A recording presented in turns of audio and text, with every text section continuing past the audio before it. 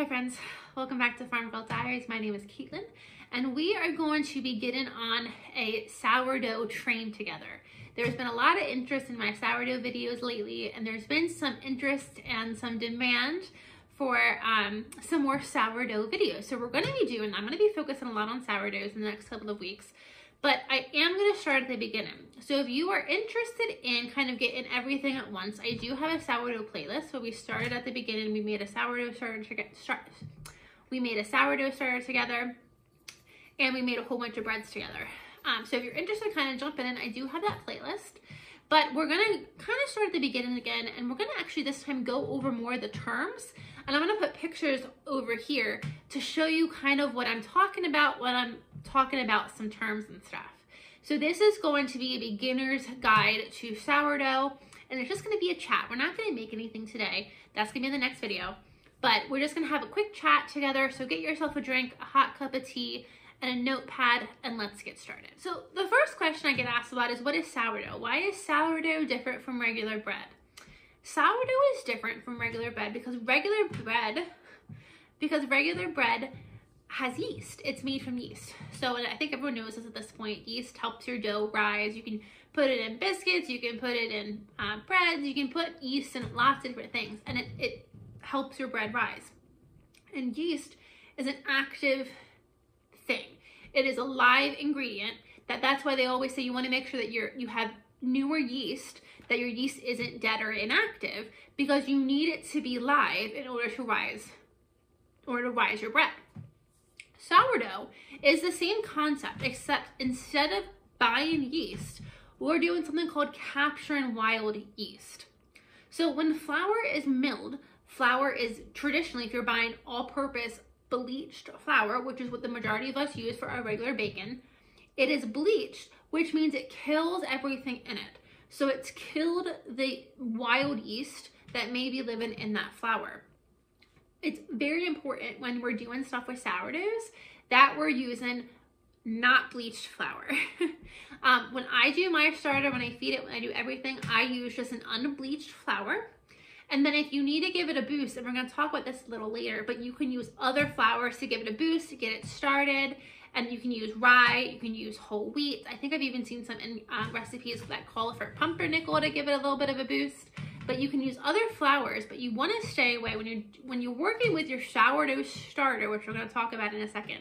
You want to stay away from that bleached flour, because the whole concept is you want to capture that wild yeast, and then once you have it, it's a live thing. So a lot of people name their sourdough starters. Mine is named Stanley, and it's named because it's a live breathing thing. So I can feed it, and when I feed it, I can see the whole jar double, and then as my yeast starts to get hungry again, everything falls back down. So it's really an active thing that you can, it's kind of like another pet. You have to feed it, you have to water it, you have to take care of it, but it is so worth it, and it is so much fun.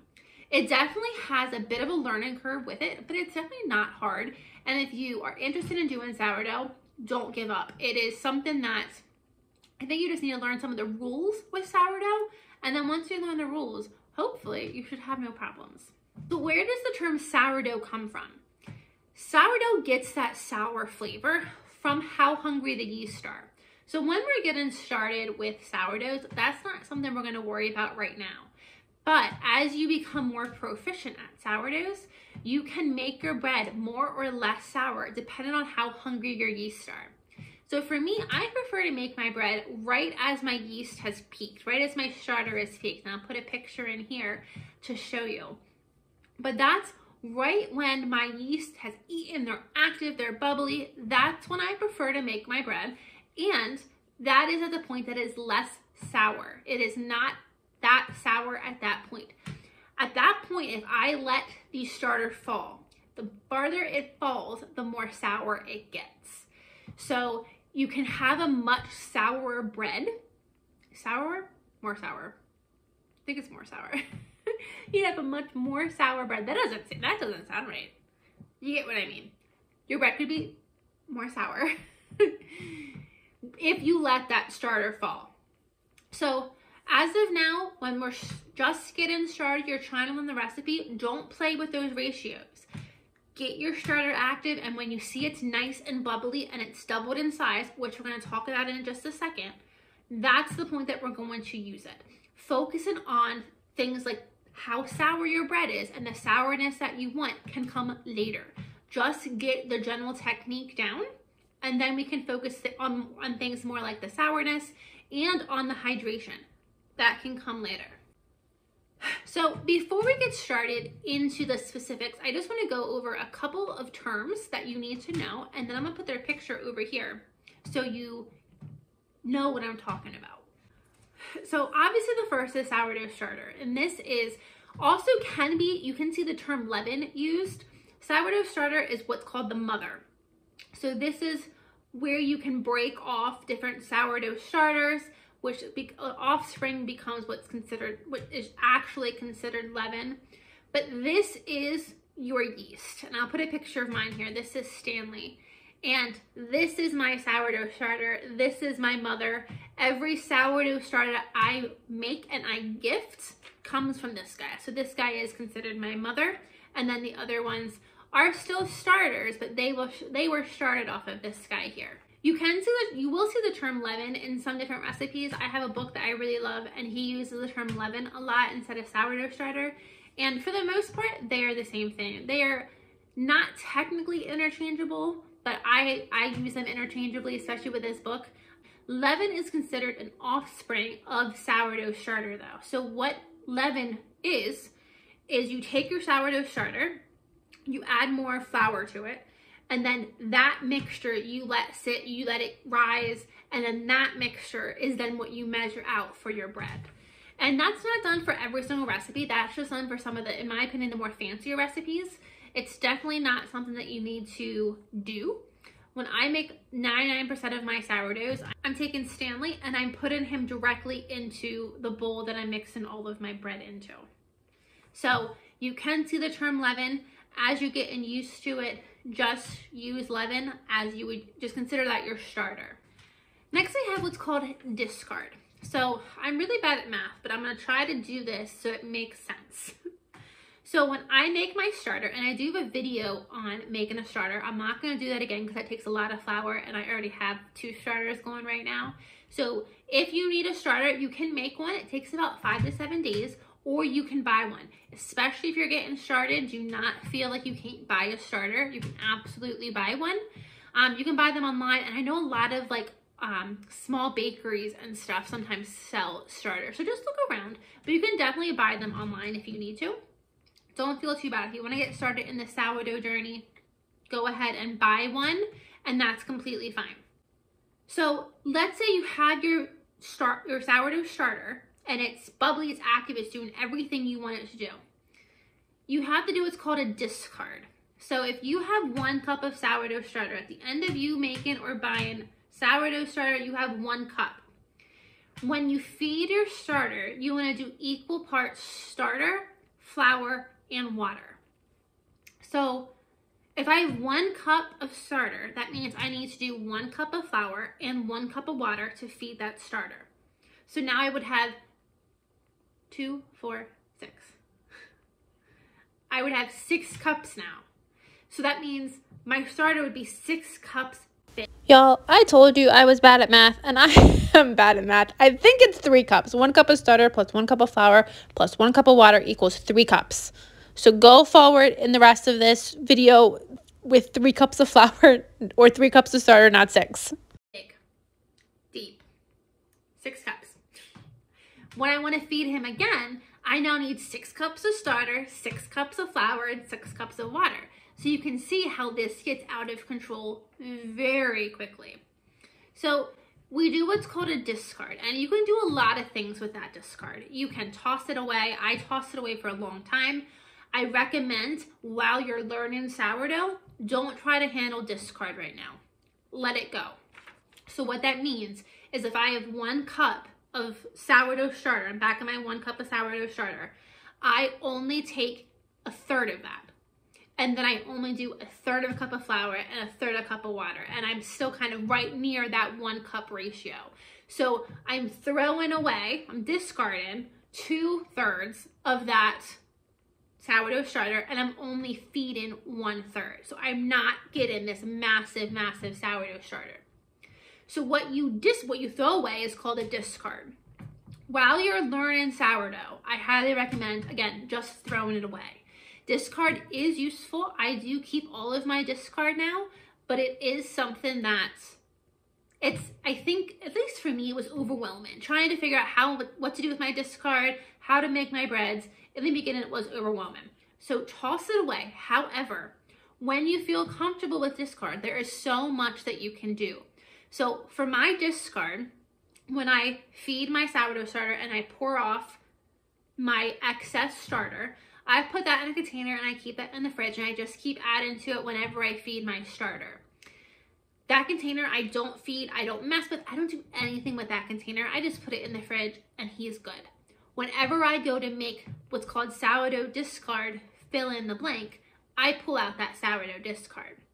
So currently I do pancakes, waffles, and chocolate chip cookies with sourdough discard. You can also make your own crackers. I've not been successful at making crackers yet, but I'm not done trying. You can make pie crusts, pizza doughs. You can do just about everything with sourdough discard. Biscuits. You can do so much with sourdough discard. So it is definitely a really good byproduct of a sourdough starter, but give yourself time to learn the sourdough starter before you challenge yourself to kind of deal with that sourdough discard. So now let's talk about an active sourdough starter. I'm going to put a picture in here showing an inactive on this side over here and an active one over here. An inactive sourdough starter is a hungry starter. It needs fed.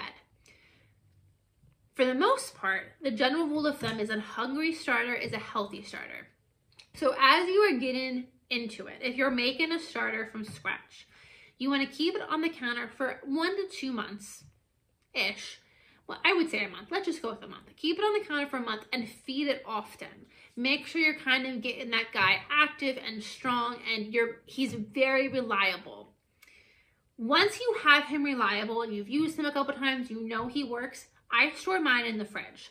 And what's nice about that, he's in the fridge and I do not feed him between bacons. I bake, and I do bake often, but in the summertime, I don't bake that often at all. So I maybe feed him once a month and he's fine. There is nothing that happens with my starter. He does not die. He's just fine. So you can keep them in the fridge when you're not using them and they will last for a long time. An active sourdough starter is bubbly and it rises and you can see all of the bubbles all around it. And this means that you have a happy starter. Your yeast is eating, they are happy, they are full, they're loving life. So the appearance is one way you can tell how your starter is doing. The second way you can tell is by the smell, and get used to smelling your sourdough starter. The one on the left here, this is a hungry starter. So it smells more acidic, vinegary, nail polishy. It smells more acidic, I guess is the right word. Whereas this guy over here, he smells like bread. He smells good. I actually love taking sniffs of him when he's like this because it smells good. So you want to get used to it as you are getting familiar with your sourdough starter. If you are making a starter from scratch, smell it every single day. At some point, that yeast smell that I'm talking about that smells like bread, you will get that. You will not have that on the first day, but by the end of the week, you should have that delicious yeast smell if he's big and active. And that's how you know you've captured yeast and you have a good sourdough starter. One thing that happens with wild yeast, and this is gross, but we have a live thing, is there is waste. So there's something called Hooch. I'm gonna put a couple of pictures in here of Hooch. Hooch is the waste from the yeast. I get it, it's kind of gross, but they're microscopic. Does it really matter? This is the waste, and this is completely fine. The Hooch color can vary. I've seen it anywhere from just like a light tan all the way up to gray. The Hooch color can vary, and that's not a big deal at all. Don't worry about it. You can pick what you want to do with that Hooch. You can pour that Hooch off, or you can stir it back in. It's not going to do anything. It's not going to affect anything. I traditionally just stir the hooch back in, and then I feed my starter. Pick whichever one you want to do, but just know it's going to be liquid at the top, and it can range in colors, and that is perfectly okay. It's not bad. Your starter isn't dead. Don't worry about it. Another thing that you can have happen that I've never had happen, so I'm not a wealth of information on this, but you can have something called cadmium yeast. I think I said that right. Cadmium yeast. I'm going to put pictures in here that I got off of Google because I've never had this happen, so I don't really know the best conditions that it grows in. This is harmless, and it looks like mold on your starter, but it is harmless. What this is lactic acid, and this is an organic acid produced by the bacteria in the starter. Lactic acid is responsible for lowering the pH of sourdough and keeping bad bacteria at bay. So all you need to do with this is you can just scrape it off, and your starter is completely fine. You can use it. It's not gross. Don't be weirded out by it. It does happen to a lot of people. It's not a big concern. Now let's talk about a couple of the terms that actually come along with the actual bread process. So I think everyone knows about kneading, kneading that dough so you can form that gluten, and that's what you want. And the hardest thing to know with making the bread is how little or how much to knead. If you need too little, you don't form that yeast. If you need too much, the dough is too tight. So I always tell people when you're starting sourdough, be very mindful of what you're doing. Don't have TV on in the background. Try not to have kids at your feet. Try to be very, very mindful of what you're doing. Set timers. How long are you kneading your dough? Start with maybe 5 minutes and see if you're successful. If it's too kneaded, you will have a very dense, tight dough. If you didn't knead it enough, you're not going to have that gluten consistency that you want in bread. So be really methodical and even mathematical when you're making your sourdoughs, and that can help diagnose problems that you're having. If you're not happy with your bread consistency and you knead it for 5 minutes, now go ahead and knead it for 10 and see if it changes when you do it for 10. Play with these different, playing with many of these different scenarios can give you a totally different bread. Another thing that you can play with, and again, in the beginning, don't play with it. Just follow my directions. We're going to take it very, very simple. But there is something called hydration, and you can change the hydration in sourdough starters. So what hydration means is, so currently my breads are all 100% hydration because I do equal parts of flour, starter, and water. But you can lower that water content that you're feeding your starter with, and you can make more of a less hydration starter. So let's take that 1 cup measurements just to make everything really easy. I have 1 cup of starter, 1 cup of flour, and now I'm gonna do half a cup of water. And then my hydration has dropped. You can mess with hydration for a couple of different reasons. If you're not having good success with your starter, maybe you do need to lower that hydration, and then you get more of a gluten, more of a crumb. We'll talk about crumb in a second. So that's one you can keep in mind, and especially once you start getting into the fancier sourdoughs, hydration becomes a really big part of it. But for now, it's not a big part of it. When we're just trying to learn how to make sourdoughs, we're just starting at the basics. Don't worry about hydration. So don't go looking for all those fancy sourdough books, those fancy websites, because you're gonna see these words.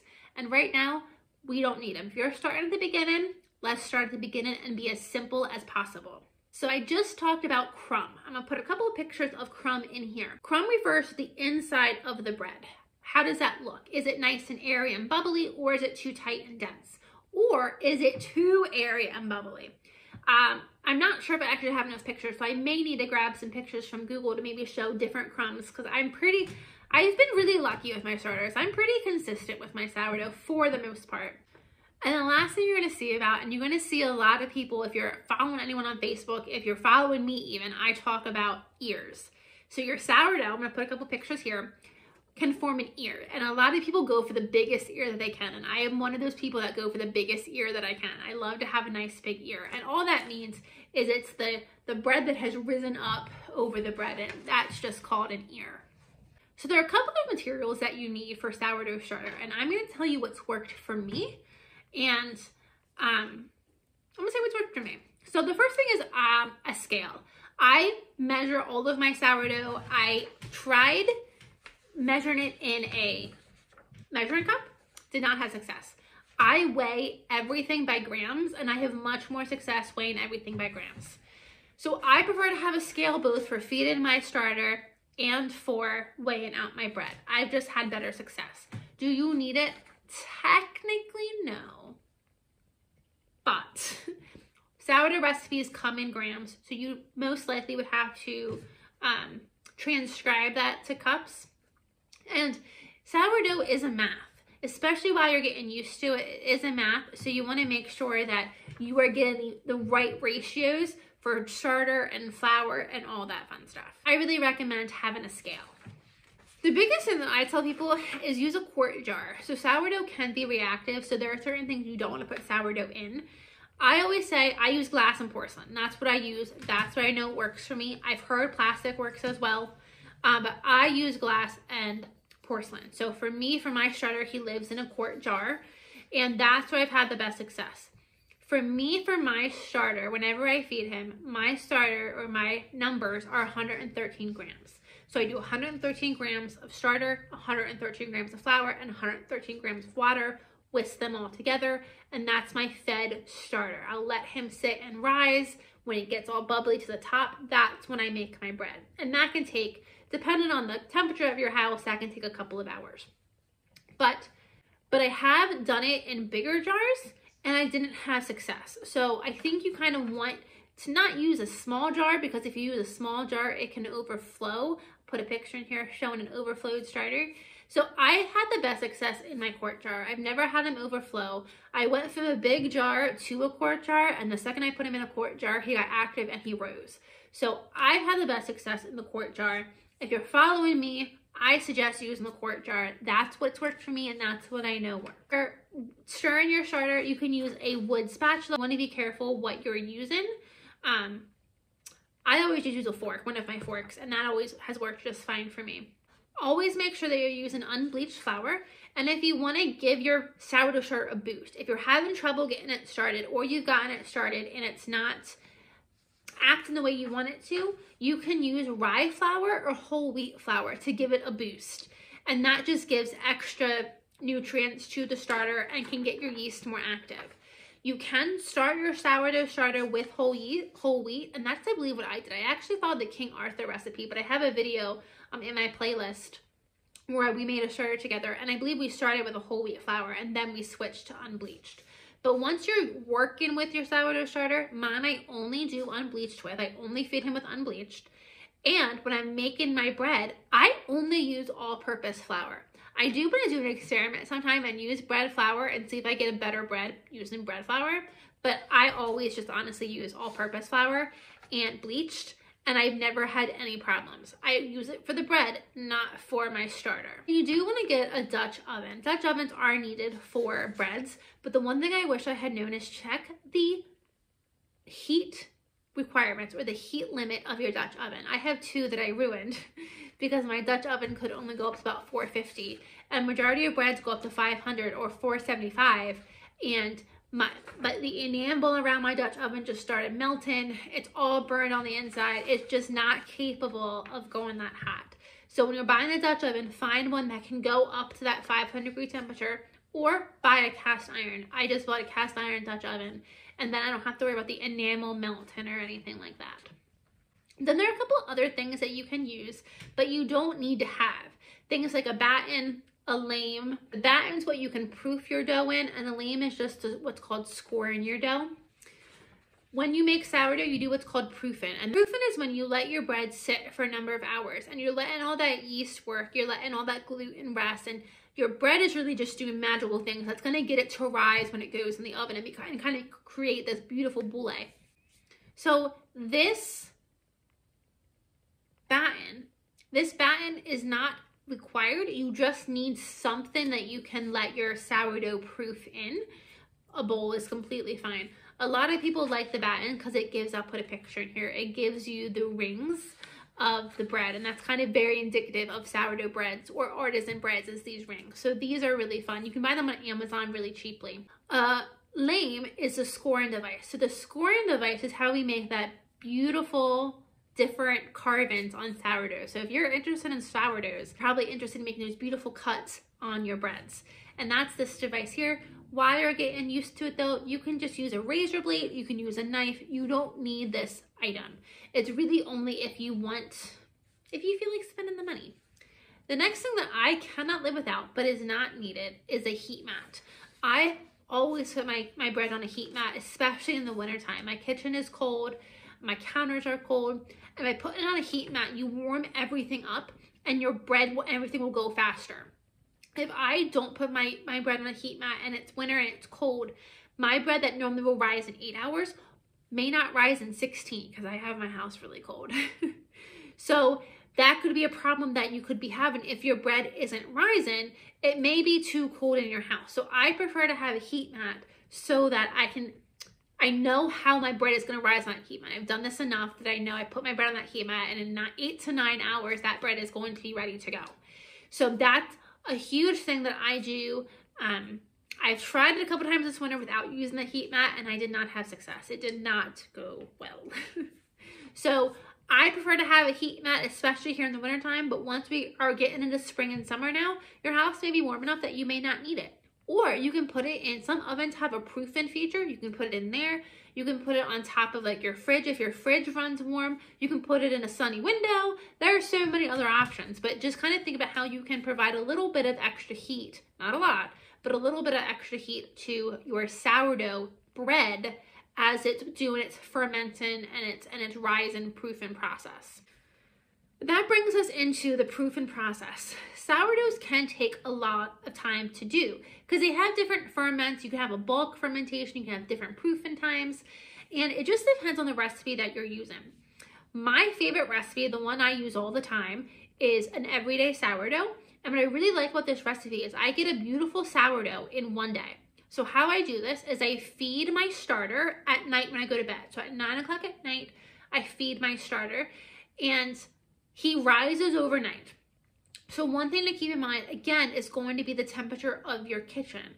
If you are in an unconditioned or unair conditioned house in the middle of summer and it's 90 degrees that night, your starter will rise and fall quickly because he's warmer and he is more active.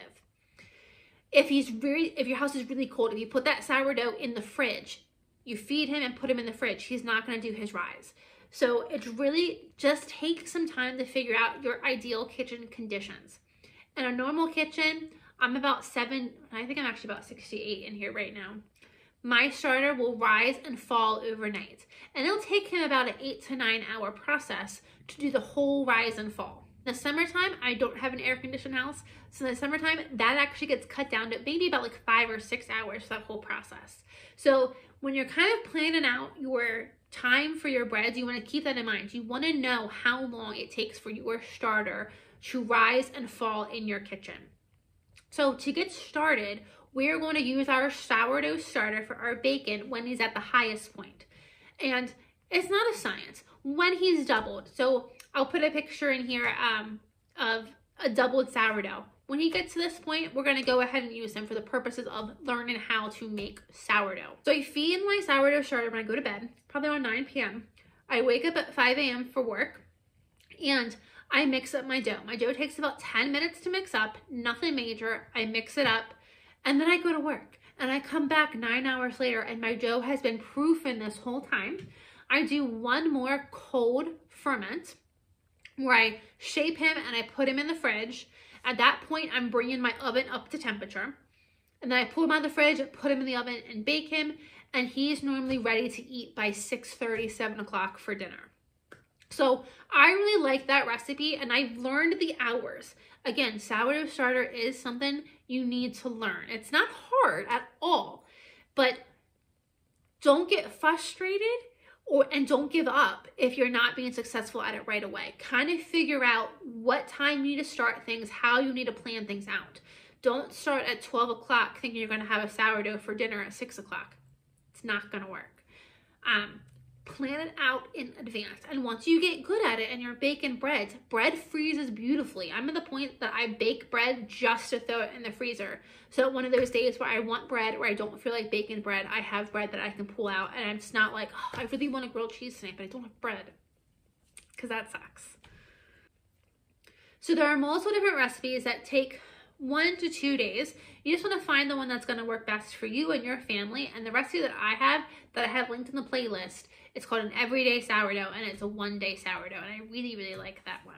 But we're going to be doing a couple of different sourdoughs in this journey together, just to kind of explore the different breads that we can do. So I hope this was a good beginner's guide to sourdough. I hope I answered maybe some questions that you had. If you have questions that I didn't answer or I didn't even touch on, put them in the comments below, because I don't know how to answer a question that I don't know the question for. So I'm trying to cover everything, but I may not be. So if you have a question, I guarantee you someone else has that same question. So go ahead and put it in the comments below, and I'll make sure I get an answer to you, either in a comment or in a separate video. So stay tuned. Check out the playlist if you're interested in everything I've already done so far. But we're going to get started, and we're going to make a couple of different sourdoughs together and really learn how to do sourdoughs together as a team. Thank you guys for joining me, and I'll see you on the next video.